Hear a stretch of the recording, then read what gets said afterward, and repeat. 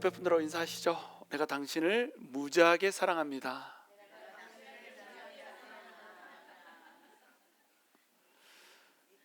자, 우리 다시 한번 인사했을 때 이번에는 이렇게 한번 해보시죠.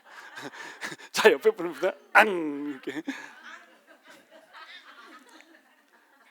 어색해요? 자매들끼리 하면서도 어색합니까? 차마 못하는 사람이 들었다 놨다 막. 자, 오늘은 사랑해야 할 것과 사랑하지 말아야 할 것이라고 하는 제목으로 히브리서 13장 1절에서 7절 말씀 전하기 원합니다.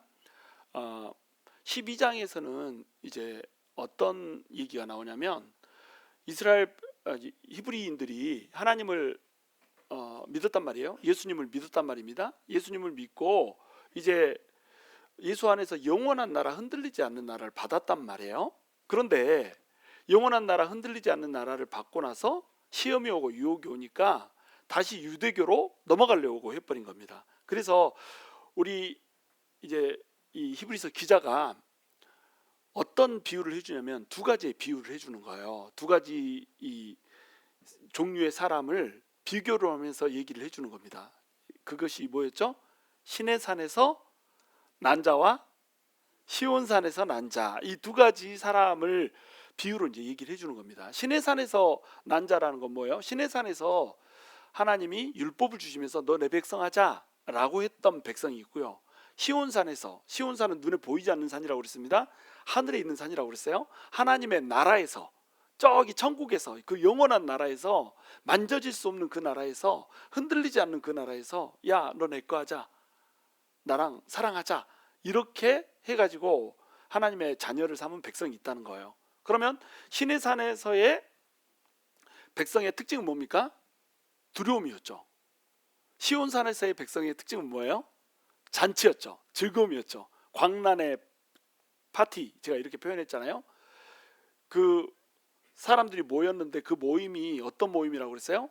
광란의 파티라고 하는 말을 모임이라고 표현했다고 그랬습니다. 그러니까 이 시온산에는 어마어마한 기쁨이 있는 겁니다. 근데 시내산에는 뭐가 있다고요?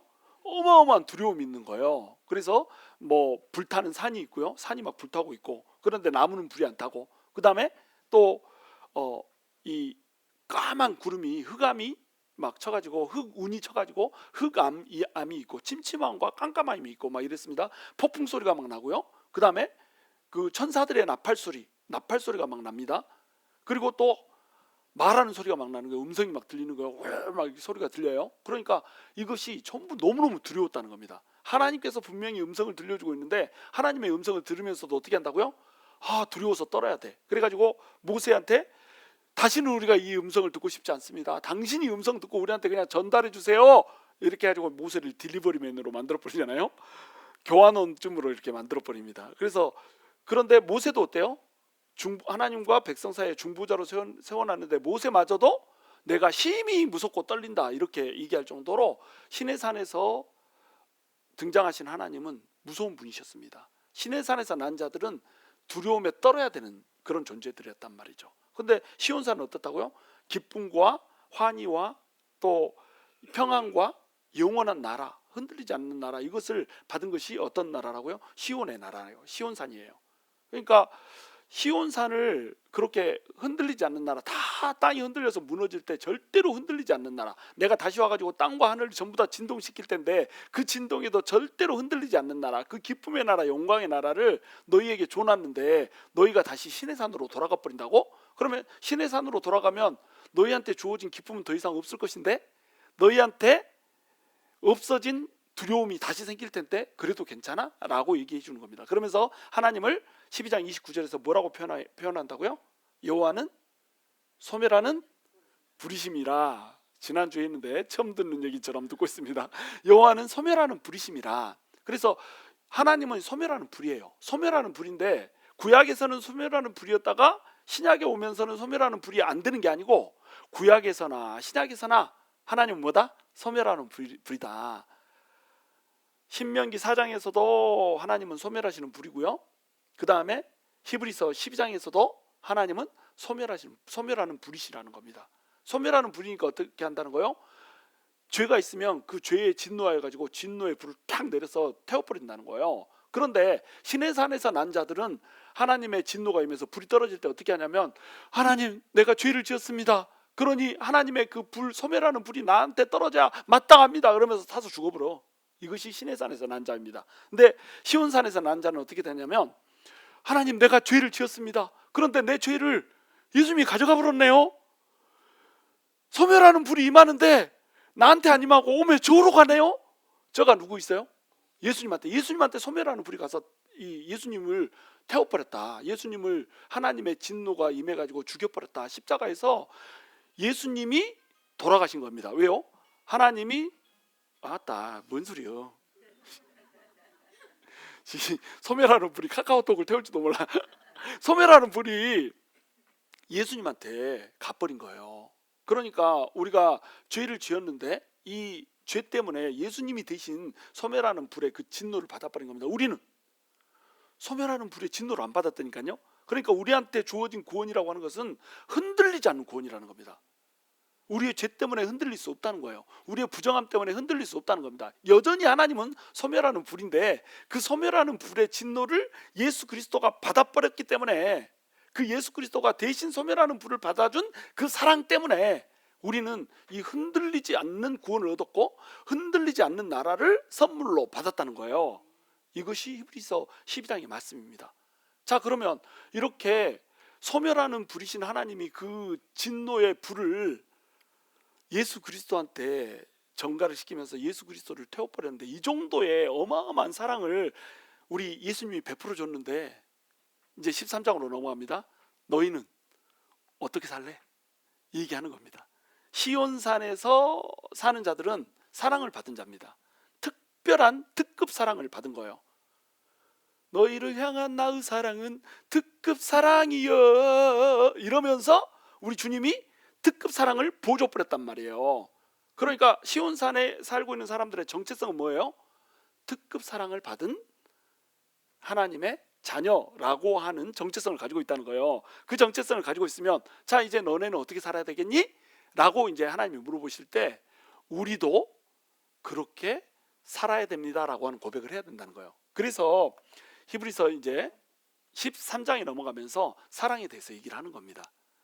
히브리서 13장은 뭐에 대해서 얘기한다고요? 사랑에 대해서. 11장은 믿음에 대해서. 믿음으로 너의 시험과 유혹을 이겨라. 그런데 너희가 그럴 만한 믿음이 없으니까 소망을 예수 그리스도한테 두어서 믿음의 창시자고 믿음의 완성자이신 예수 그리스도를 바라보고 그 믿음을 가져야 된다. 이렇게 설명을 하는 거예요. 그렇죠? 그리고 하나님은 소멸하는 불이신데 그 소멸하는 불의 진노가 시온산에 임한 사람들한테는, 시온산으로부터 난 자들한테는 예수님한테 임했기 때문에 너네한테는 죄가 타고 죄인인 너희는 타지 않아 라고 하는 말씀을 해주고 있다고 하는 겁니다. 그러니까 그 사랑을 받았다고 한다면 너희도 어떻게 한다? 사랑해야 된다. 그러면서 13장에서는 사랑에 대해서 얘기를 하고 있다는 말이에요. 자, 사랑에 대해서 얘기하면서 이제 하나님께서 사랑해야 될 것과 사랑하지 말아야 될 것을 얘기하고 있습니다. 무슨 얘기냐면, 자, 내가 어떤 여인을 한 명을 사랑하게 됐어요. 그러면 그 여인만 사랑해야 돼요? 아니면 그 여자도 사랑하고 다른 여자들을 동시에 사랑할 수 있어요? 이 사랑인데, 사랑은 종구잖아. 어떻게 한 사람만 사랑하고 살 수가 있어? 그렇죠? 내가 미숙이를 사랑했으면 성숙이도 사랑하고 완숙이도 사랑하고 이것저것 다 사랑하면 좋잖아요. 그렇죠? 그런 사람을 뭐라고 불러요? 오빠는 풍각쟁이야. 풍각쟁이라고 부르는 거예요. 남봉꾼이라고 부르는 겁니다. 뭐 사랑의 나무꾼도 아니고 뭘 이 나무는 저 나무 펴고 다닐 수 없잖아요. 한 나무만 찍어야 될 거 아니에요. 그게 사랑입니다. 그러니까 하나님께서 사랑이시기 때문에 너희가 사랑을 해야 된다. 근데 사랑해야 될 존재가 있고, 하나님이 사랑이시기 때문에 사랑하지 않고 미워해야 되는 존재가 있다라고 하는 것을 이제 비교하면서 설명을 해주는 거예요. 자, 그래서 첫 번째 사랑해야 될 대상은 누구냐? 1번 형제 사랑하는 것. 이것이 첫 번째입니다. 1절 형제 사랑하기를 계속하고 이렇게 돼 있죠. 누구를 먼저 사랑하라고 그래요? 형제를 사랑하라고 합니다. 이 형제는 누굴까요? 형제는 누구요? 예수를 믿는 사람들. 그러니까 주님 안에서 서로 예수 그리스도의 피를 나눈 사람들, 이게 형제입니다. 교회는 무슨 공동체? 사랑의 공동체예요. 교회는 사랑해야 됩니다. 서로 사랑해야 돼요. 그래서 이 너네가 화평함과 거룩함을 이루라 이렇게 했잖아요. 모든 사람과 할 수 있거든 화평하라 이렇게 얘기했단 말이에요. 이 화평은 어떻게 이루어집니까? 사랑을 통해서 이루어집니다. 근데 그리스도인들에게 있어서 사랑이라고 하는 것은 뭐예요? 예수 그리스도의 사랑입니다. 예수님이 먼저 우리를 사랑했으니까 우리가 형제 자매를 사랑하는 거예요. 이것이 사랑의 원리입니다. 그러니까 사랑을 한다. 그럼 사랑이 뭐예요? 사랑은 뭡니까? 라고 물어본다면 딱 한 단어로 표현할 수가 있습니다. 예수님이 우리한테 해준 것, 이게 사랑입니다. 그럼 예수님이 해준 게 뭡니까? 우리가 아직 죄인 됐을 때에 십자가에서 달려서 죽으심으로 우리를 향한 하나님의 사랑을 확증하셨다 이렇게 얘기하죠. 사랑이라고 하는 것은 확증되는 겁니다. 기독교의 사랑은 확증되는 거예요. 무슨 얘기냐? 자매님 사랑합니다. 형제님 사랑합니다. 백날 말해봤자 필요 없다는 거죠. 말과 혀로 사랑하는 것은 아무 의미가 없다는 거예요. 이것이 어떻게 돼야 된다? 증명이 돼야 된다. 검증이 돼야 된다는 겁니다. 뭘로 검증이 돼야 돼요? 진실함과 행동으로 검증이 되는 거예요. 이것이 사랑입니다. 예수님, 하나님이 우리를 사랑한다고 얘기했잖아요. 내가 너희를 사랑한다. 내가 너희를 긍휼히 여긴다. 내가 너희를 불쌍히 여겨서 반드시 너네를 구원할 것이다. 이렇게 가지고 하나님이 우리를 사랑한다고 언약을 주셨습니다. 그런데 하나님이 행동을 안 해버려. 그러면 하나님은 어떤 분이 되는 거예요? 말과 입술로만 사랑하는 자가 되는 거예요. 그런데 하나님이 어떻게 해버렸습니까? 십자가에다가 예수님을 달아서 죽게 만드심으로 어떻게 해버렸어요? 하나님의 사랑을 확증을 해버렸다는 거예요. 여러분, 그래서 그리스도인들에게 있어서 사랑이라고 하는 것은 확증되는 겁니다. 굳이 말하지 않아도 저 사람이 나를 너무 사랑한다라고 하는 것이 나타나 버려요. 드러나 버립니다. 저도 저를 사랑해 주는 사람은 굳이 와가지고 목사님 사랑합니다 이 말 안 해도 그냥 눈빛만 봐도 나를 사랑하는지 알겠어. 근데 나를 배기 싫어하는 사람은 눈빛만 봐도 배기 싫어하는지 알겠어. 왜냐하면 사랑이라고 하는 것은 확증되는 거니까. 확증되는 거니까. 뭘로 확증되는 거예요? 그러면 사랑이라고 하는 것은 뭘로 확증되느냐? 행동으로 확증되는데 어떤 행동으로 확증되느냐? 찾아가는 겁니다. 먼저 가는 거예요. 우리 죄인 되었잖아요. 죄인 됐을 때 우리는 죽어 마땅한 자였잖아요. 그런데 하나님이 어떻게 했어요? 하나님 와주세요라고 우리가 얘기도 안 했습니다. 우리는 죄인이니까 다 죽게 생겼습니다. 우리를 구원해 주세요. 얘기한 적 없습니다. 근데 하나님이 어떻게 했어요? 직접 이 땅에 와버렸다니까요. 그래서 기독교의 사랑은 확증되는 사랑이고 뭘로 확증되냐면 먼저 찾아가는 사랑입니다. 아픈 사람이 있으면, 다친 사람이 있으면, 필요한 사람이 있으면 그 사람을 내가 그 사람이 나를 필요로 한다라고 하는 사실을 몰랐으면 모르는데 알았다라고 한다면 어떻게 해야 되는 거예요?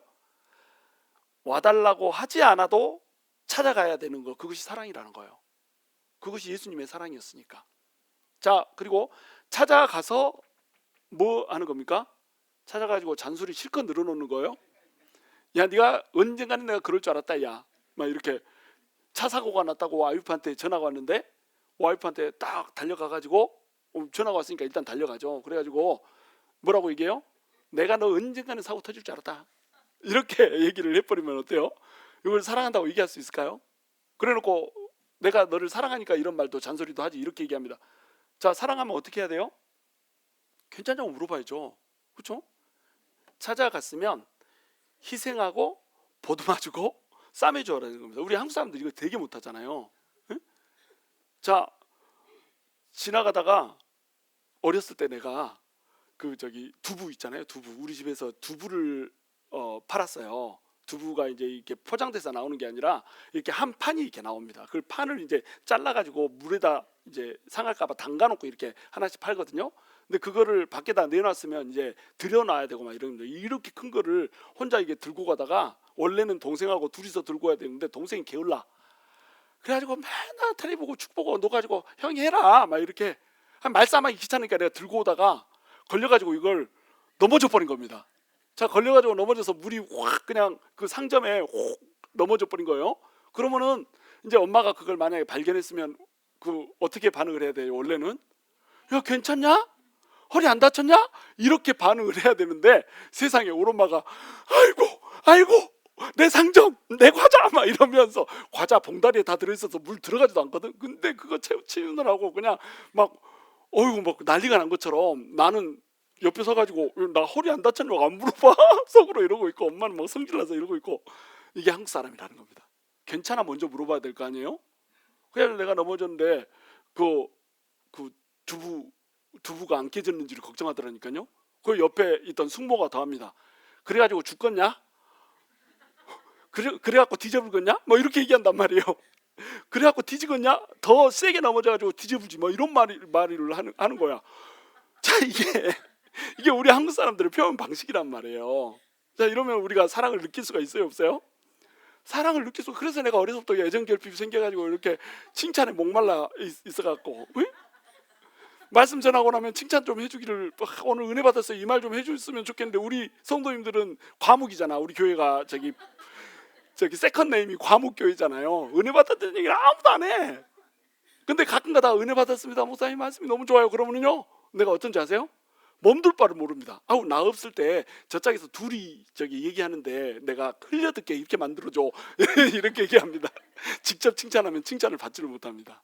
어려서부터 칭찬을 못 받아가지고 두부를 엎었는데 세상에 내 허리를 걱정 안 하고 두부 깨졌는지를 걱정한다니까요. 아들 허리 깨졌으면 어떻게 하려고. 그리고 나서 그날에 내가 이제 삐져가지고 엄마 나는 엄마를 알았네.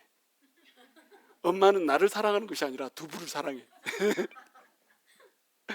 그랬더니 눈치를 보면서 계속 아니 허리가 안 다쳤을지 알지 우리 아들이 건강한지 다 아니까 내가 그러지 이러고 하는데 이미 때는 늦어버렸어. 그거 내가 지금 몇 년이 지나냐? 40년 40년 아니고 35년이 지났는데 아직도 기억하고 있다 그거를. 그리고 지금 말하고 있잖아 설교 시간에. 자 사랑이라고 하는 것은 뭐냐? 사랑이라고 하는 것은 찾아가서 그 사람을 염려하고 걱정해주고 보듬어주고 싸매주는 거. 이게 사랑. 그 사랑을 해줘야지 우리가 사랑한다고 느낄 수 있는 겁니다. 그러니까 형제한테 형제를 사랑하기를 계속하고, 이 말은 계속하라고 얘기했잖아요. 그러니까 히브리 성도들은 서로 사랑했다는 거예요, 안 했다는 거예요? 사랑하고 있었습니다. 서로 사랑하고 있었어요. 시험이 오고 연단이 오고 핍박이 오고 막 이래가지고 서로 막 죽을 것 같은 상황 가운데서 서로 사랑하며 챙기면서 서로 사랑하는 그 사랑 때문에 어려움을 이겨낼 수 있었던 거예요. 우리가 서로 막 힘들잖아요. 여러분 힘 안 든 사람 있어요 여기서? 저도 무지하게 힘듭니다. 나는 지금 그 회사에서 내가 어이없는 실수를 해가지고 저한테 이제 우리 하나님이 좀 교만을 지금 치시는 이런 시간인데, 내가 이제 박사잖아요. 박사인데 내가 하고 있는 일은 박사가 하는 일이 아니야. 목사를 하려다 보니까 시간이 많은 일을 선택을 해야 되니까 테크니션 같은 그런 일을 했단 말이에요. 그러니까 학사가 하는 일을 하려니까 얼마나 쉬워요. 그냥 눈 감고도 하는 겁니다. 그러니까 이런 일을 하면서 나는 실수를 절대로 할 수가 없다 막 해가지고 막 엄청 잘난 체 하면서 했거든요. 다른 사람은 뭐 한 3시간에 할 일은 나는 1시간 반이면 해버려. 그래가지고 진짜로 막 1시간 반에 톡톡톡톡 막 이렇게 해가지고 일 빨리 끝내놓고 내가 얼른 교회 일 보러 오고 막 말씀 준비하고 막 이렇게 했잖아요. 그런데 학사 출신도 하지 않을 실수를 박사가 그냥 해버렸습니다. 그래가지고 한 사람의 인생을 한 5개월 뒤로 늦춰버렸어. 그래가지고 내가 그것 때문에 뭐 책임지고 뭐 잘못되고 잘리거나 막 이런 것은 내가 이제 잘못했으니까 책임지는 게 마땅하잖아요. 그러니까 그거는 내가 괜찮아, 내가 책임질 것이 있으면 책임지겠다 이렇게 얘기는 하는데, 이 목사라고 하는 사람이 예수도 안 믿는 한 사람의 인생을 5개월 뒤로 늦춰버렸어. 그러니 이게 얼마나 괴로워요? 아주 괴로워서 이 교만 잠시 잠깐의 이 교만 때문에 한 사람의 인생을 거의 망쳐놓다시피 해버렸으니까 얼마나 괴롭습니까? 그러니까 밥을 먹을 수가 없는 거예요. 밥만 먹으면 체하고요. 이 내 죄 때문에 밥만 먹으면 체하고 또 안 먹으면 배고파 죽겠고.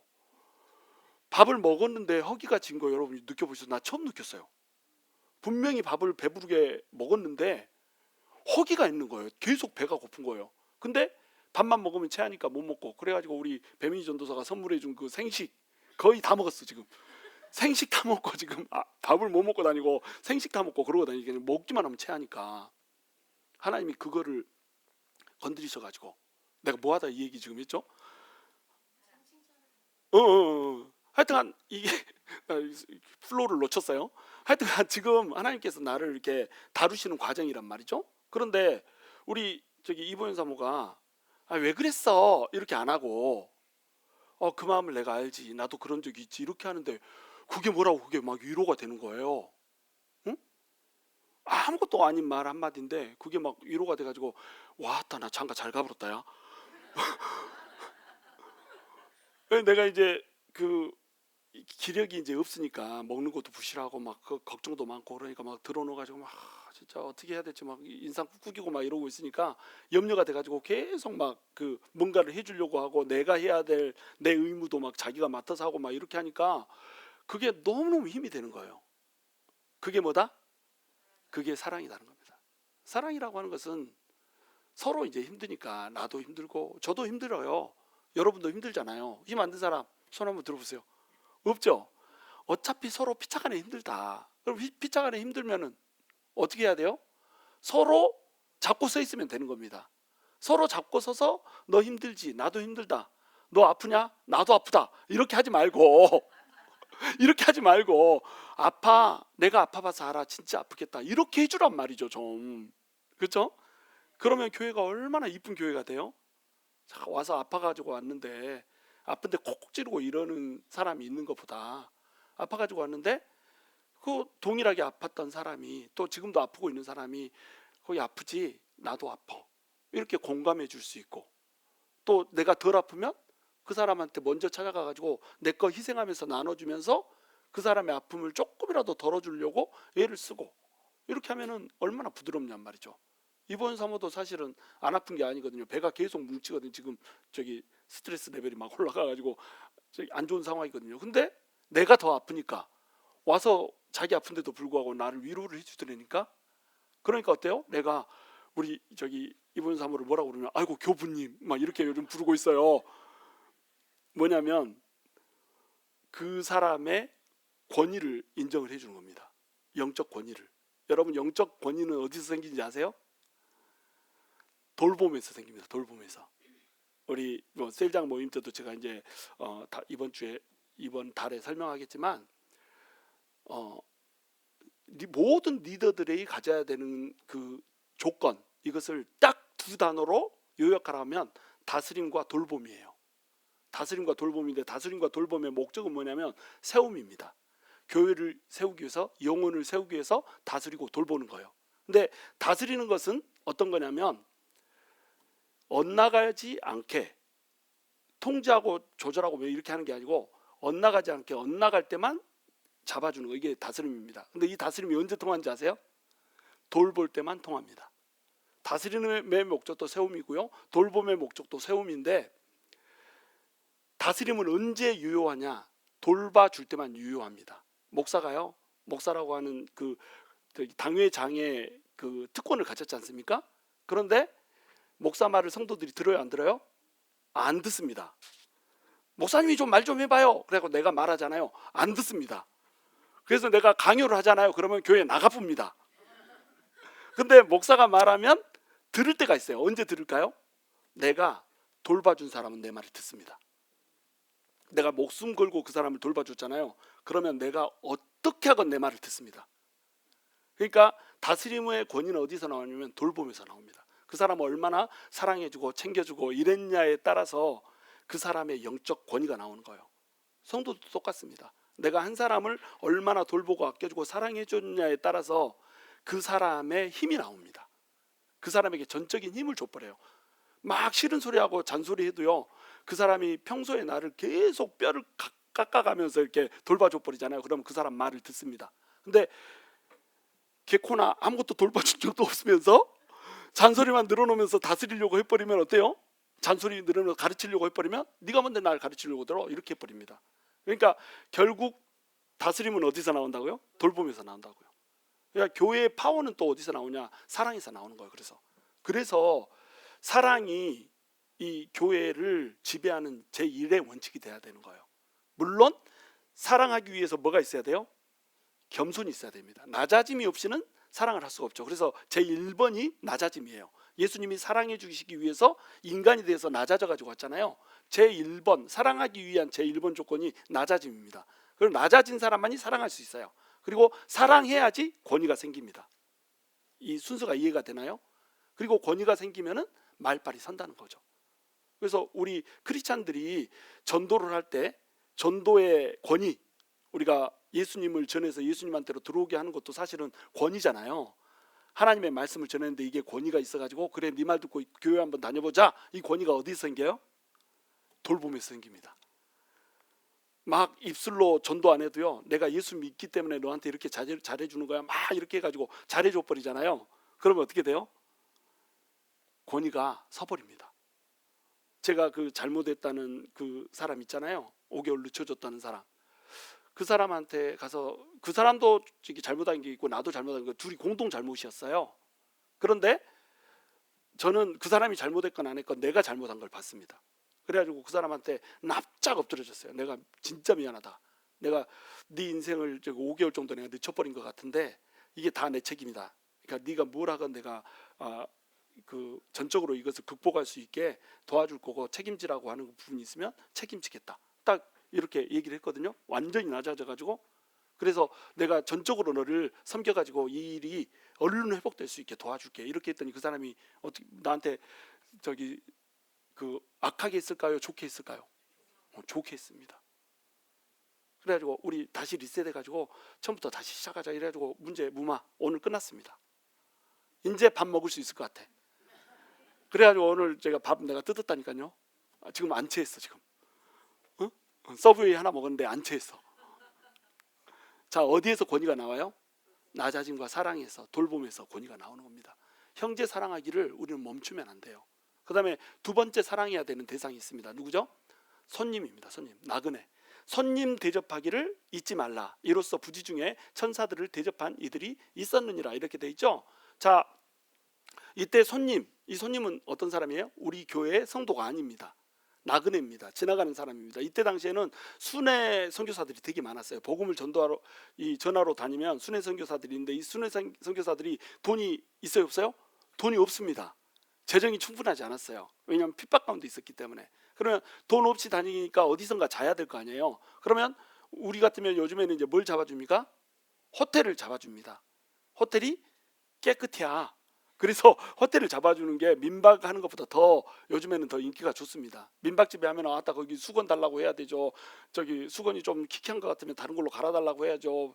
또 물 한 잔 먹고 싶어도 몰래 이렇게 막 가가지고 마셔야 되고 불편해. 그러니까 호텔 잡아주는 게 더 편하단 말이에요. 근데 이때 당시는 여관을 잡아주면 굉장히 좀 힘들 수가 있습니다. 왜냐하면 여관 자체가 이들이 막 득실득실하고요, 청결하지가 않았습니다. 불결했습니다. 그리고 이때 당시에 여관은 어땠냐면 그 이방 신을 섬기는 여인들이 매춘을 하는 그런 곳이었습니다. 예수 믿는 전도자가, 저도 이제 전도자에 속하잖아요.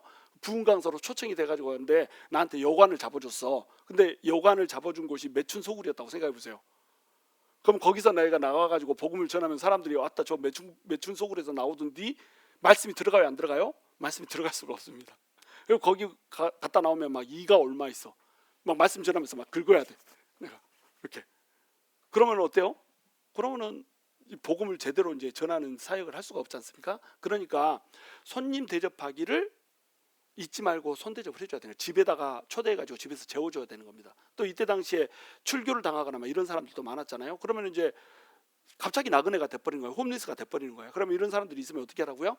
손님 대접하기를 잊지 말아가지고 그 사람들을 받아줘야 된다라고 하는 겁니다.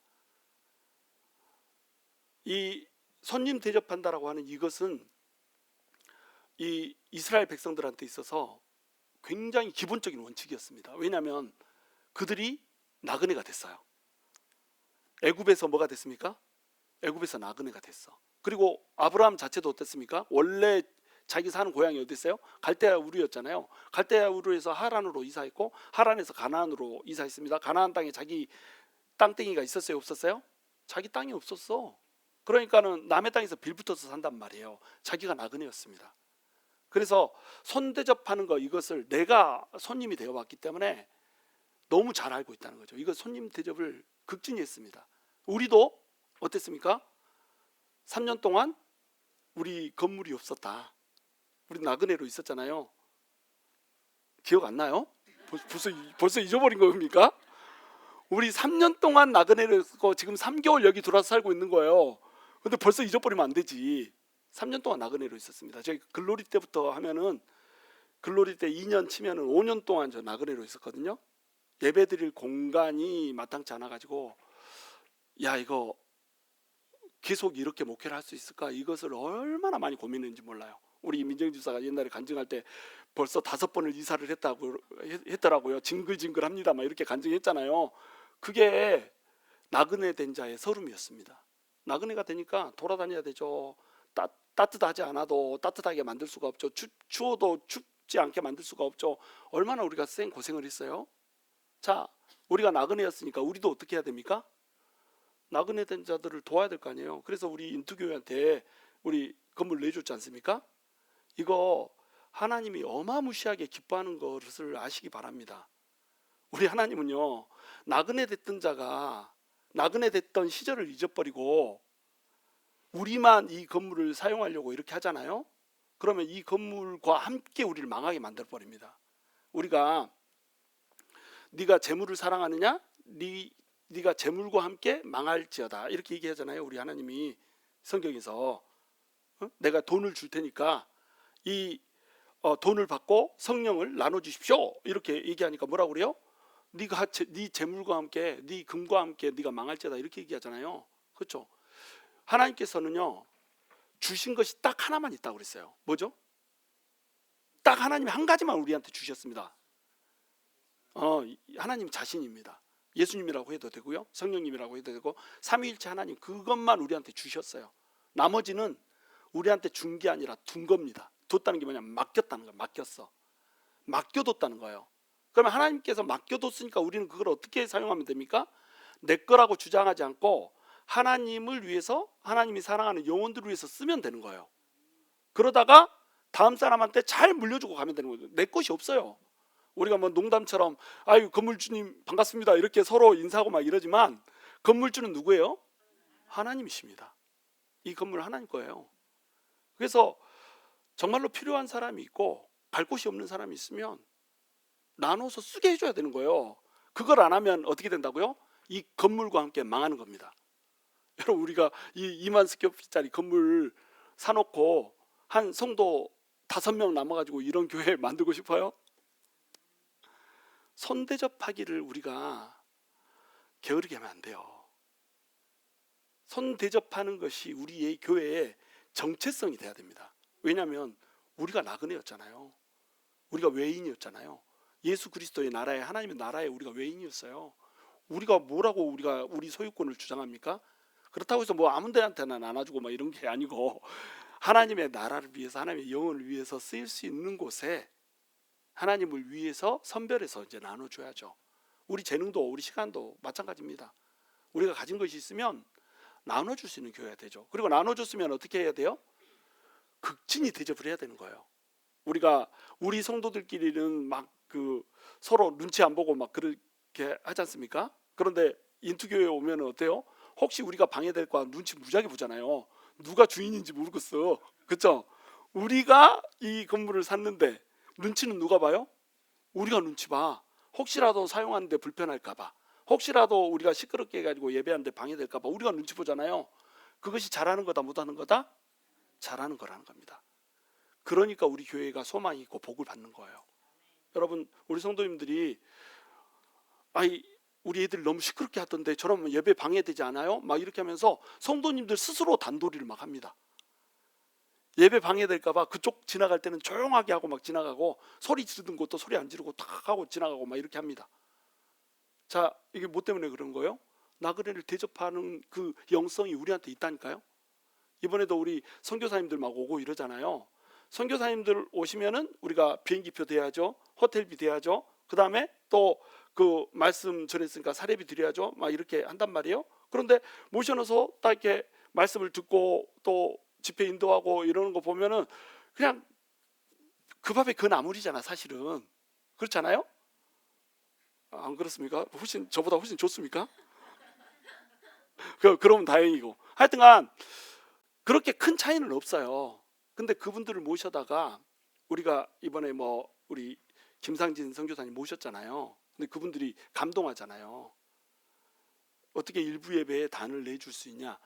사모님이면 단을 안 내줬죠. 근데 선교사님으로 이제 첫 발을 내딛는단 말이에요. 그러니까 첫 발을 선교사님으로 내딛는 그 자리에서 딱 개봉할 수 있게 저기 무대 단에 서는 것을 틀 수 있게 이렇게 한번 해주는 그걸로 어떻게 해요? 감동을 받아버리잖아요. 그것 자체가 사역인 겁니다. 거기에서 우리가 은혜를 받는가 안 받는가 이것보다 그분을 극진하게 우리는 영적으로 대접해 준 거예요. 우리 성명구 선교사님 그 멕시코로 우리가 선교로 갔잖아요. 선교 갈 때도 우리가 선교의 목적을 일주일 동안 우리가 선교 와가지고 뭐 얼마나 큰 일을 하겠냐 이거죠. 우리가 스페니시가 되는 것도 아니고 얼마나 많은 사람을 우리가 복음 전해가지고 예수를 안 믿는 사람이 예수 믿게 만들고 이렇게 하는 거 아니에요. 그렇죠? 그러니까 우리 목적 중에 가장 큰 목적을 뭘로 잡았냐면 성명구 선교사님이 영적으로 회복되고 힘을 얻을 수 있으면 이것만큼 좋은 사역이 없다 이렇게 한 거예요. 이게 뭐예요? 손대접하는 겁니다. 그리고 그분이 은혜가 많으니까 또 우리가 모셔다가 그분을 통해서 부흥회를 했잖아요. 그렇죠? 선교사는 부흥회를 할 수 있는 기회가 없습니다. 선교지에서 말도 못하고 자기 부부 둘이서 얘기하면서 그렇게 시간을 보내야 돼요. 얼마나 적적하고 쓸쓸하고 외롭습니까? 근데 불러다가 성도들하고 같이 교제할 수 있게 해주고요. 그리고 성도들 앞에서 자기가 평소에 느꼈던 것을 막 말할 수 있게 해주고요. 이게 뭐예요? 그게 손대접이라니까요. 그러니까 여러분은 또 어떻게 합니까? 그분이 왔다고 해서 교회에서 재정이 나가는데도 불구하고 헌금 따로 써가지고 막 드리고 이렇게 하지 않습니까? 우리 교회는 그게 너무너무 잘 돼 있어요. 그래가지고 우리는 한 500불 드리려고 하는데 막 1000불이 나가고 이런 데도 있단 말이에요. 성도님들이 헌금을 하고 이러니까 그게 다 손대접인 겁니다. 그것을 우리 하나님이 보면서 이걸 어떻게 받으시냐면 야 나를 대접했구나 이렇게 받는다는 거예요. 우리 하나님은요 그 대접한 사람을 한 사람을 대접하잖아요. 그러면 그 사람한테 줄 상을 우리한테 줍니다. 제 말이 아니에요. 마태복음에 나옵니다. 선지자를 대접한 자는 선지자의 상을 얻을 것이요 의인을 대접한 자는 의인의 상을 얻을 것이요 나의 제자라고 하는 이름으로 그 제자를 대접한 자는 그 제자에게 부어지는 상을 얻을 것이다. 이게 하나님의 말씀입니다. 우리가 선교사님을 대접을 하잖아요. 그러면은 그 선교사가 평생 수고하면서 누리면서 받아야 될 그 복을 누가 받아요? 우리가 상으로 받습니다. 이해가 되시나요? 우리가 인투교회한테 공간을 내주고 이분들한테 공간을 쓰게 손대접을 해줬잖아요. 그러면 인투교회가 그 상한 영혼들 그리고 특별한 치유가 필요한 사람들을 위해서 그 작은 교회 키우지도 않고 그런 교회를 특색으로 해가지고 하고 있잖아요. 그 소외된 사람들을 돌보는 그 사역을 한 것에 대한 상을 누구한테 준다고요? 우리한테 줍니다. 이해가 되시나요? 이것을 이해를 하셔야 되는데 이로써 부지 중에 천사들을 대접한 이들이 있느니라. 누가 대접했습니까? 아브라함이 천사들을 대접했습니다. 아브라함이 그냥 지나가는 사람들을 3명을 대접했는데 이 사람들이 알고 봤더니 2명은 천사였고 1명은 구약의 예수 그리스도의 현현이었어. 예수님을 대접해버렸다. 우리가 지금 그냥 대접하고 있는 한 사람을 대접했는데 그 사람이 그 사람의 모습을 한 예수님일 수 있다. 여러분 대접하기를 게으르게 하지 마십시오. 우리한테 우리를 필요로 하는 사람 도움의 손길을 요청하잖아요. 달려가서 도와주십시오. 그 사람을 도와주는 게 아니라 누구를 도와주는 거예요? 그 사람의 모양을 하고 있는 예수님을 도와주는 것이 될 수 있다니까요. 그러면 예수님이 이제 물어봅니다. 야야 그때 네가 나 그 도와줬잖아. 이렇게 예수님이 말합니다. 그러면 언제요? 내가 예수님 만난 적도 없는데요? 그렇게 보여달라고 해도 안 보여주더니 이제 와서 무슨 헛소리셔요? 예수님한테 이렇게 하면 예수님이 그때 네가 도와주려고 달려갔던 그 사람이 나였다? 이렇게 얘기한다니까요. 부지 중에 예수님을 대접해버립니다. 자 3절 너희도 함께 갇힌 것 같이 갇힌 자를 생각하고 너희도 몸을 가졌은 즉 학대받는 자를 생각하라. 자 3번째로 사랑해야 될 대상 누굽니까? 갇힌 자들. 이때 감옥에 갇힌 사람들은 먹을 것이 없으면 굶어 죽었어야 됐습니다. 먹을 것을 정부에서요. 너네 죄인인데 왜 정부에서 먹을 것을 줘야 돼? 이래가지고 먹을 것을 안 줬습니다. 그러니까 먹을 것을 누가 넣어줬어야 됐어요? 그 사람의 가족이나 친구들이 넣어줬어야 됐어요. 그리고 이때는 감옥이 무지하게 추웠습니다. 뭐 난방장치 이런 거 없습니다. 옛날에 히터 이런 거 없었잖아요. 무지하게 덥고 무지하게 춥고 여름이면 덥고 겨울이면 춥고 이런 곳이었어요. 그러니까 옷을 따뜻하게 안 입으면 얼어서 죽어버립니다. 그래서 사도 바울이 그 편지 쓸 때 뭐라고 편지 씁니까? 너네 내 집에 내가 머물던 그 드로아의 집에 가가지고 거기서 내 겉옷 좀 가져다 줘라 이렇게 하잖아요. 그렇죠? 그 겉옷 안 갖다 주면은 얼어서 죽어버리니까. 그래 겉옷 가져다 달라고 편지에다가 썼다니까. 그게 성경에 나와버리고 그게 감옥이었습니다. 제가 멕시코 우리 선교 갔잖아요. 멕시코 선교 갈 때 교도소를 갔습니다. 교도소에 갔는데 교도소에 그 옷을 입었던 색깔이 우리 장군사님하고 우리 김잔디 집사님 저런 색깔을 입었습니다. 저런 색깔을 교도소 그 죄수들이 전부 다 입고 있었어요. 죄송해요. 그런 색깔이었다는 거예요. 자, 그런 색깔을 입고 있었는데 색깔이 다 똑같지가 않습니다. 옷 모양도 다 똑같지가 않아요. 그래가지고 야, 죄수복이 왜 다 다르냐 이랬더니 죄수복을 정부에서 안 대준다는 거예요. 옷을 그 주황색으로 해라. 그러면 주황색 아무거나 떠다가 자기가 만들어가지고 입어야 됩니다. 죄수들한테 돈 대줄 수 없다 이거죠. 마치 그런 것처럼. 그래서 자기들이 맞춰 입느라고 이 카라가 있는 사람이 있고 카라가 없는 사람이 있고 단추가 있는 사람이 있고 그냥 통으로 입은 사람이 있고, 아니 오렌지색이긴 한데 색깔도 안 맞더니까 진한 오렌지가 있고 약한 오렌지가 있고 막 귤색도 있고 막 색 바란 것도 있고 색 진한 것도 있고 막 이렇더니까요. 이 시대도 이랬다는 거예요. 그러니까 갇힌 자들을 어떻게 생각하라고? 너도 갇힌 자인 것처럼. 왜냐하면 지금 그리스도인들이 갇혀 있는 거잖아요. 복음 전하다 갇혀 있고 예수 믿는다는 이유로 갇혀 있고 이렇습니다. 그럼 너도 예수 믿는데, 너도 복음 전하고 이렇고 있는데 너도 언젠가는 갇힐 수 있다는 겁니다. 그러니까 내가 그 입장에 처할 수 있으니까 도와달라는 거예요. 지금 우리식으로 얘기하면 너무 어려운 상황에 처한 사람 있잖아요. 그 사람을 도와주는 것을 어떤 마음으로 도와주냐면 나도 저 상황에 갈 수 있는데 라고 하는 마음으로 도와주라는 겁니다. 언제든지 우리도 그렇게 될 수 있잖아요. 그렇잖아요. 자, 그리고 너희도 몸을 가졌은즉 학대받는 자를 생각하라. 몸을 가졌다는 건 무슨 뜻입니까? 우리가 이 육체를 가졌기 때문에 육체를 가지고 있어서 학대받으면 우리도 아프단 말이에요. 너도 맞으면 아픈 거 알지? 그런데 우리가 또 어떤 몸을 가지고 있어요? 우리는 두 가지의 몸을 가지고 있습니다. 나중에 부활할 몸이 있는데 왜 우리가 부활하죠? 누구의 몸이니까? 예수 그리스도의 몸이니까. 우리는 두 개의 몸을 가지고 있어요. 첫 번째 몸은 육신의 몸이고요. 두 번째 몸은 영의 몸입니다. 예수 그리스도가 머리고 우리가 예수 그리스도의 몸이란 말이에요. 너희가 몸을 가지고 있단 말이죠. 몸을 가졌은즉 학대받는 자를 생각하라. 몸을 가졌으니까 학대받는 자가 얼마나 아플까, 나도 학대받으면 아프겠다 이 생각을 하면서 그 사람을 생각하면서 사랑해 주라는 거예요. 근데 그 사람이 또 누구예요? 내 몸이다. 내 몸, 내 몸의 지체다. 내가 팔이라면 그 사람은 발이다. 발이 지금 떨어져 가지고 감옥에 갇혀 있다. 어떻게 해줘야 되겠어요? 도와줘야 되는 겁니다. 우는 자와 같이 울고 기뻐하는 자와 같이 기뻐하고 슬퍼하는 자와 같이 슬퍼하고 고통받는 자와 같이 고통받고, 이게 교회죠. 이것이 그리스도의 몸된 교회죠. 그런데 형제가 아픈데 쌤통이다. 맨날 그렇게 하더니 뭐 이렇게 해버리고, 응? 이러면 안 되잖아요. 아프면은 내가 진짜로 아픈 것처럼 그 사람 가서 도와주고 챙겨주고 위해주고 이렇게 해야지 교회지. 그렇잖아요. 그렇게 안 하면 그게 세상이지. 자, 4절 모든 사람은 결혼을 귀히 여기고 침소를 더럽히지 않게 하라. 음행하는 자들과 간음하는 자들을 하나님이 심판하시리라. 돈을 사랑하지 말고 있는 바를 족한 줄로 알라. 그가 친히 말씀하시기를 내가 결코 너희를 버리지 아니하고 너희를 떠나지 아니하리라 하셨느니라. 사랑하지 말아야 될 것을 두 개를 얘기합니다.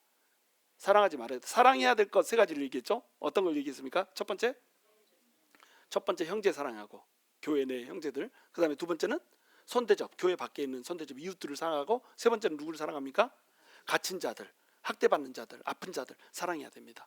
자, 그리고 이제 사랑하지 말아야 될 것을 얘기합니다. 사랑하지 말아야 될 것은 뭐냐면 내 육체의 정욕입니다. 이 결혼을 귀히 여기라고 그랬잖아요. 결혼을 귀히 여기라. 결혼은 왜 하는 걸까요? 결혼은 왜 하는 겁니까? 결혼을 해서 두 사람이서 이제 부부 관계를 맺잖아요. 부부 관계를 맺어서 자식을 번성하게 한데 하나님의 이 목적이 세 가지가 있습니다. 크게 세 가지. 첫 번째는 뭐냐면 저희 종족 번식입니다. 이 땅에 충만하라. 서로 부부가 결혼을 해야지 아기가 생기지. 결혼을 해야 아기가 생기지. 그렇잖아요. 손만 잡고 잤는데 아기가 생기는 거 아니잖아요. 같이 잠을 자야, 부부가 서로 잠을 자야 아기가 생기는 거죠. 종족 번식이에요. 첫 번째가. 그다음에 두 번째가 뭡니까? 쾌락입니다. 플레저. 서로 남녀가 사랑을 하면, 그래서 같이 잠을 자면은 기분이 좋게 하나님이 만들어 놓으셨습니다. 그런데 그거 두 가지만 목적으로 하면 이게 누구하고 똑같아요? 짐승하고 똑같습니다. 종족 번식을 위해서, 쾌락을 위해서 성생활을 하면 이것이 뭐예요? 짐승하고 똑같은 거예요. 그래서 본질적으로 짐승과 다른 거 하나가 있습니다. 뭐죠? 연합입니다. 서로 사랑하는 거. 그 연합을 하나님께서 부부에다가 집어넣는 거예요. 하나님은 영이 없으시니까, 영이시니까 육체가 없으시니까 하나님은 성이 없어요. 남자도 아니고 여자도 아닙니다. 그렇죠? 근데 하나님의 형상을 따서 인간을 만들었는데, 인간을 뭘로 만들었어요? 남자와 여자를 만들었단 말이에요. 그래서 둘이서 결혼하게 만들었다는 겁니다. 그리고 결혼해서 부부의 사이에서만 성행위를 할 수 있게 이렇게 만들어 놨습니다. 쾌락도 좋고 종족 번식도 할 수 있게 이렇게 해놨는데요, 부부 간에만 연합할 수 있게 이렇게 법을 세워놨습니다. 그러니까 사람들은 누구나 아무나 마음에 드는 사람하고 쾌락을 위해서 잠을 잘 수 있습니다. 그렇죠? 그리고 쾌락을 위해서 잠을 자면 부부 사이가 굳이 아니어도 애가 생겨버립니다. 짐승하고 똑같아요, 이거는. 그런데 거기에다가 뭘 넣어놨냐면 연합이라고 하는 비밀을 넣어놨어요.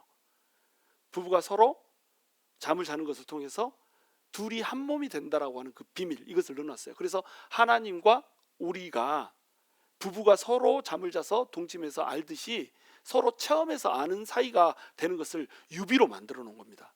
두 사람의 연합을 그렇게 해가지고 하나님을 알 수 있게 만들어 놨단 말이에요. 그러니까 부부 사이에 잠을 자는 것은 깨끗해요, 더러워요? 깨끗합니다. 부부가 잠을 자면서 너무 좋아가지고 막 이렇게 표현을 하고 막 이런 것이 우리가 하나님 보기에는 불경건하다고 생각할 수 있잖아요. 그런데 불경건해요, 경건해요? 경건합니다.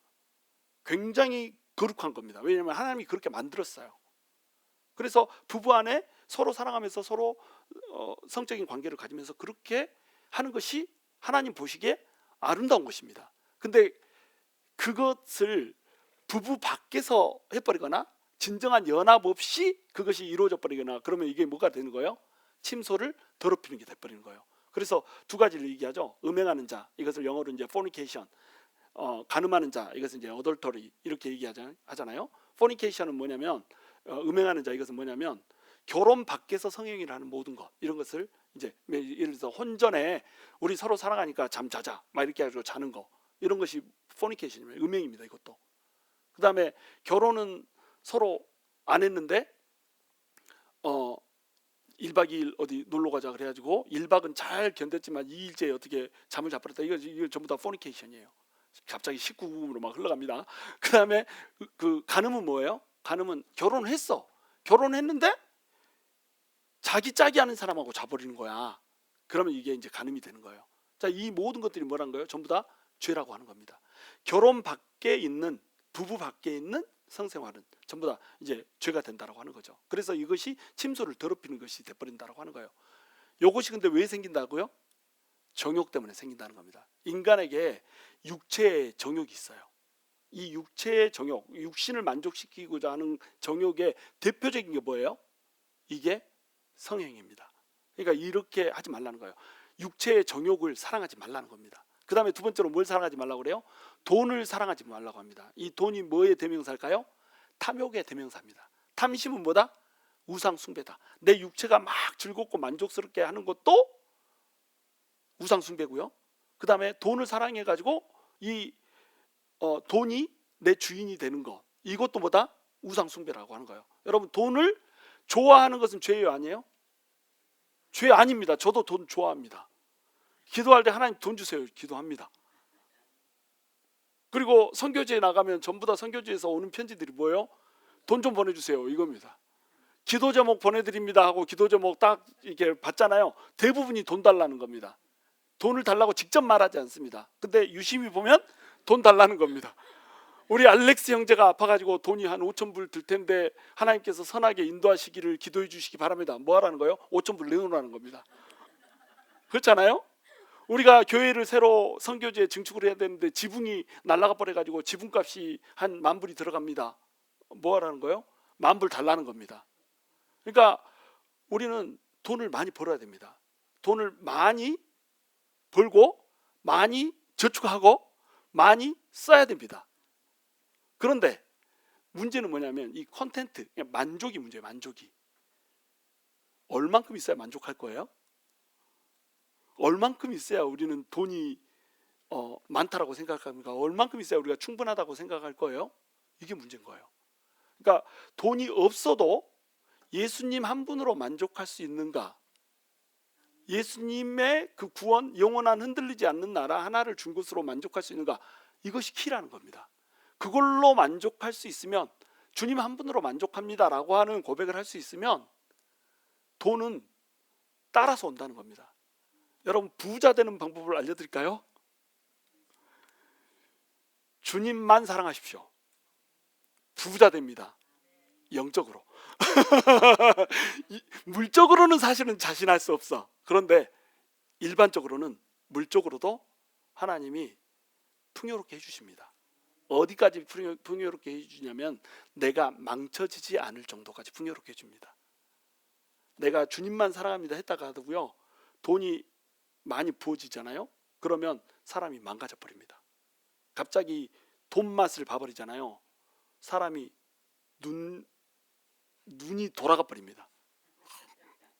이경규의 매직아이가 돼가지고 막 흔들려 버리는, 동공에 지진이 와버립니다. 돈 맛을 봤거든. 그러니까 돈이 너무 좋아. 있다가 없어져 버리면 어떻게 해요? 아, 그거 없어가지고 죽을 것 같은 거예요. 이것이 돈이 우상이 된 거예요. 그러니까 돈을 좋아하는 건 괜찮아요. 근데 돈을 어떻게 하면 안 돼요? 돈을 사랑하면 안 되는 겁니다. 돈이 내 주인이 돼버리면 안 돼요. 돈이 하나님보다 앞서 있어 버리면 안 돼요. 우리가 이런 얘기 자주 하잖아요. 내가 돈이 많으면 이 돈을 내가 쓰겠다고 하는 거 아니잖아요. 하나님 나라 위해서 쓰겠습니다. 많이 주세요. 이렇게 얘기하잖아요. 근데 그 마음이 있으면요, 하나님이 이미 돈 받았다. 하나님이 하나님 나라 위해서 내가 돈 쓰지 않아도요, 하나님 나라는 하나님 알아서 확장하십니다. 그렇잖아요. 그러니까 내가 돈이 많아가지고 내가 돈을 하나님 나라를 위해서 쓰겠다. 그러니까 나한테 돈 주세요. 아니, 나는 너한테 안 주고 쟤한테 줘가지고 쓰게 할 거야. 이렇게 말하면 어떻게 할 거예요? 진짜로 하나님 나라에 내가 관심이 있잖아요. 그러면 내가 돈을 써가지고 하나님 나라를 키우든지, 저기 광 목사가 돈이 많아가지고 하나님 나라를 키우든지, 하나님 나라가 크면 그냥 땡, 나한테는 아무 의미가 없어요. 이렇게 돼야 되는 겁니다. 제가 늘 하는 얘기가 있잖아요. 우리 교회에 대해서 얘기할 때도, 우리 교회가 진짜로 하나님 나라를 성장시킬 수 없고 영혼들을 구원할 수 없다면 우리 교회지만 어떻게 해야 된다고요? 망해야 됩니다. 문 닫아야 됩니다. 기분 나쁘게 듣지 마세요. 우리 교회가 문 닫는다는 얘기 아닙니다. 우리 교회는 영혼을 살리는 교회가 될 거라는 얘기를 하고 있는 거예요. 영혼을 살리고 하나님 나라를 확장하는 것이 목적이 되잖아요. 그러면 나보다 더 이 성장한 교회가 영혼들을 진짜로 살리고 있으면 그 교회에 위해서 기도하게 됩니다. 저 교회는 잘 되는데 왜 우리 교회는 안 돼요? 이러고 유난 떨지 않습니다. 아, 저 교회라도 있어서 다행이군요. 우리 교회가 못하는 일을 저 교회는 하고 있군요. 저 교회에 복을 주셔서 저희를 계속하게 해주고 더하게 해주십시오. 그리고 우리 교회도 저렇게 될 수 있게 해주십시오. 이래야지 하나님 나라가 크는 거 아니에요. 모든 이 땅의 교회들이 성장을 해야지 하나님 나라가 크는 겁니다. 우리가 마인드셋을 넓게 가져야 한단 말이에요. 우리 교회 막 이렇게 할 게 아니고. 그래서 우리 교회는, 여러분, 뭐 우리가 예를 들어서 땅이 팔리고 막 이러면은 우리가 좀 물질적으로 풍족해지지 않습니까? 저는 다른 교회 성도들이 막 우리 교회로 몰려와가지고 교회가 커지는 것을 꿈꾸지 않아요.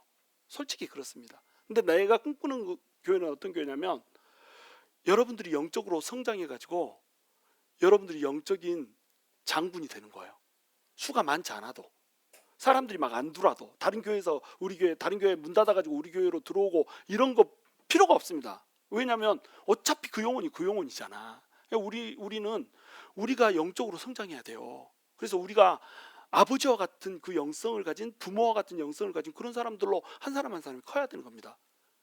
그래가지고 누구를 데려와야 되냐면, 예수를 믿지 못하는 영혼들을 데리고 와야 되는 거예요. 예수를 믿는다고 하지만 껍데기만 믿는 사람들, 예수를 믿는다고 하지만 여기저기 정착을 못하고 방황하는 사람들, 영적인 성장을 도무지 할 수 없는 곳에 교회를 다니고 있다고 하지만 영적인 성장을 도무지 할 수 없는 곳에 처박혀 있는 사람들, 이런 사람들 데려가서 먹이고 대접하고 또 살리고 돕고 이렇게 가지고 그들이 영적으로 설 수 있는 교회, 이런 교회 만들어야 돼요. 그 교회가 진짜 교회죠. 그렇잖아요. 하나님 나라의 확장이 그거지. 근데 저쪽 옆에 교회가 망했으니까 사람들이 많이 이동한다더라, 우리 교회도 좀 왔으면 좋겠다, 이렇게 하면은 그 옆에 교회는 망했잖아. 문 닫았잖아요. 좋은 건가요? 하나님 나라를 위해서? 마인드셋을 새롭게 하란 말이죠. 마인드셋, 하나님의 나라가 커야 된다. 우리 교회가 크는 게 아니라 하나님 나라가 커야 된다. 근데 한 교회 한 교회가 커야지 하나님 나라가 크는 거기 때문에 우리 교회도 성장해야 되는 거예요. 그 마인드셋을 여러분 가지시기 바랍니다.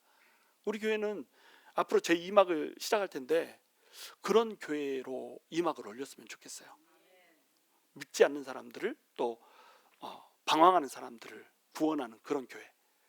자, 그런 교회가 되려면 육신의 탐욕을 사랑해서는 안 되고요, 돈을 사랑해서는 안 돼요. 그래서 족한 줄로 알아야 됩니다. 방금 만족에 대해서 설명했죠.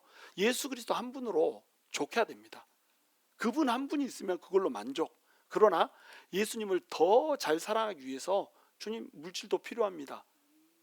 순수하게 그것이 우리 마음이라고 한다면 기도하지 않아도 하나님이 돈을 주십니다. 원리를 아시겠어요? 하나님 나라를 위해서 돈만 생기면 쓰겠다는 마인드셋이 너무나도 내 마음에 확고하잖아요.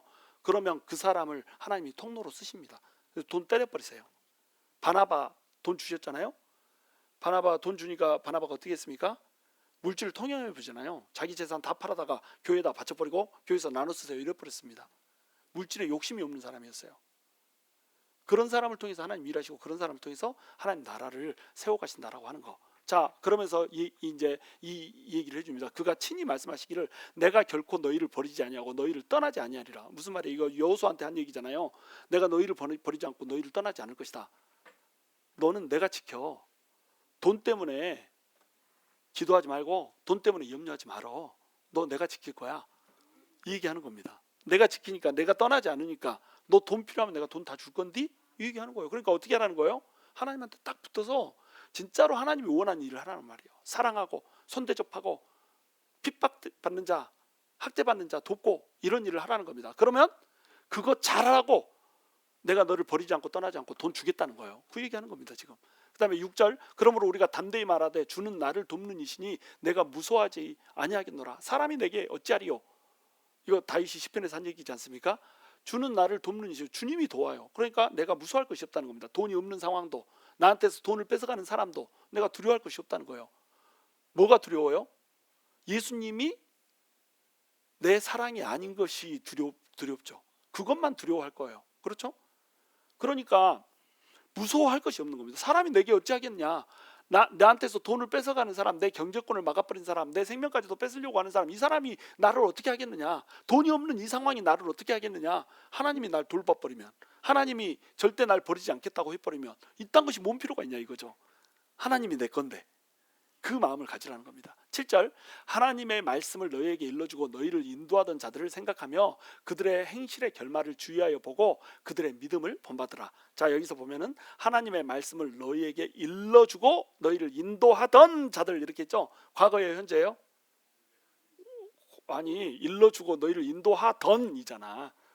과거죠, 과거. 그러니까 이 사람들은 지금 과거에 말씀을 전해주고 복음을 전해주고 이렇게 하다가 현재는 죽은 사람들을 얘기하는 겁니다. 순교당한 사람들을 얘기하는 거예요. 또는 감옥에 갇힌 사람들을 얘기하는 겁니다. 자, 이 사람들이 너희한테 말씀을 전해줬어. 근데 이 말씀을 전해주던 사람들이 어떻게 살았냐? 너희를 인도하던 사람들이 어떻게 살았냐? 어떻게 살았냐면 그들의 행실의 결말을 주의해서 봐라. 그들은 하나님의 말씀을 위해서 돈이고 뭐고 목숨이고 뭐고 아끼지 않고 뛰었다. 그러다가 죽었다. 아낌없이 던지는 삶을 살다가 감옥에 갇혔다. 그 사람들의 행실을 봐라. 그 결말을 주의해서 봐라. 그래서 그들의 믿음을 본받아라. 그들이 믿었던 대로 손해가, 경제적 손해가 온다고 할지라도, 목숨을 버린다고 할지라도, 심지어는 사자의 밥이 되고 맹수의 밥이 된다고 할지라도, 톱으로 썰려서 죽는다고 할지라도 끝까지 믿음을 지키라는 거예요. 왜냐하면 흔들리지 않는 나라를 하나님이 줬다는 겁니다. 12장하고 이제 연결이 되는 거예요. 흔들리지 않는 나라를 줬다는 거예요. 이제 이 뒤에 이어서 이제 8절이 나오는데 그 8절에 예수 그리스도는 영원하시다고 나와요. 영원한 예수 그리스도, 우리 예수 그리스도가 영원하신데 그분이 우리를 버리지도 않고 떠나지도 않고 그러시기 때문에 우리를 영원히 지키실 것이기 때문에 우리가 이 세상에서는 없이 살고 이 세상에서는 감옥에 갇히고 이 세상에는 심지어는 죽기도 하고 이런다고 할지라도 영원한 예수 그리스도가 너네 주인이시고 너네의 대장이시다. 그분이 너네를 하나님의 나라, 흔들리지 않는 나라로 이끄는데 뭐가 부족할 게 있겠니? 이 얘기를 하는 겁니다. 우리가 이 시선을 가질 수 있어야 돼요. 여러분, 영원한 나라를 우리가 소유했습니다. 이걸 보는 눈이 없잖아요. 그러면 이 땅의 것에 매이게 됩니다. 땅의 것에 매이게 되면요, 예수를 믿었음에도 불구하고 어떻게 사냐면 개나 돼지처럼 살게 됩니다. 왜냐하면 땅을 보고 사니까. 짐승들은 다 땅을 보고 살거든요. 왜냐하면 짐승들은 죽고 나면 하늘나라로 갈 수 있어요, 없어요? 갈 수 없습니다. 그러니까 짐승들은 땅을 보고 살게 돼 있습니다. 땅이 다니까. 근데 인간은 땅이 다가 아니잖아요. 근데 하늘을, 영원한 나라를 유업으로 주셔서 시온에서 난 자들인데 이 하늘을 보지 않고 뭘 보고 살아요? 땅을 바라보고 살고 땅이 전부인 것처럼 살아버린단 말이죠. 내 육신의 정욕을 위해서 살아버리고 그 다음에 돈이라고 하는 탐욕을 위해서 살아버린단 말이죠. 그러면 이 사람은 뭐하고 똑같다? 개나 돼지하고 똑같다. 개나 돼지하고 똑같으면 그 운명도 어때요? 개나 돼지하고 똑같은 운명이 된다는 겁니다.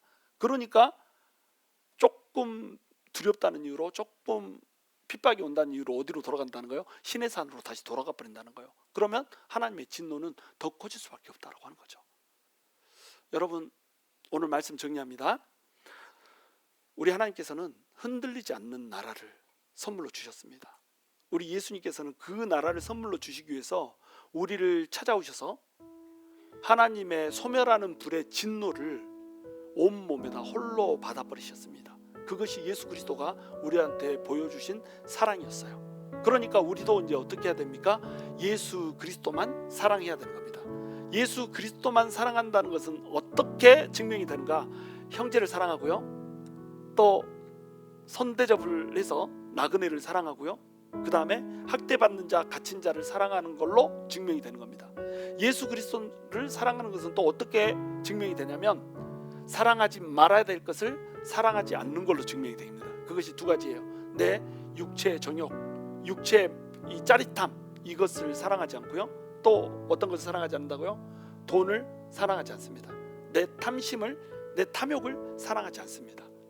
이걸로 내가 예수님만을 사랑한다는 것을 증명하는 거예요. 예수님이 날 사랑하셨듯이 나도 예수님을 사랑하는 사람이 되라고 하는 것, 그것이 히브리서 기자가 13장을 통해서 얘기해 주고자 하는 바라고 하는 거죠. 여러분, 우리는 어떻게 핍박과 유혹을 이길 수 있는가? 시련과 유혹을 어떻게 이길 수 있는가? 예수님만을 사랑하는 걸로 이길 수 있습니다. 예수님을 사랑한다라고 하는 것, 그것은 바로 형제 자매, 그리고 손님들, 나그네들, 핍박받는 자들, 갇힌 자들을 사랑하고 탐욕을 사랑하지 않는 것, 이걸로 증명이 된다고 하는 것, 반복적으로 제가 4번을 말했습니다. 외우시라고 말했어요. 그 말씀이 여러분의 심장에 박히는 오늘 밤이 되기를 원합니다.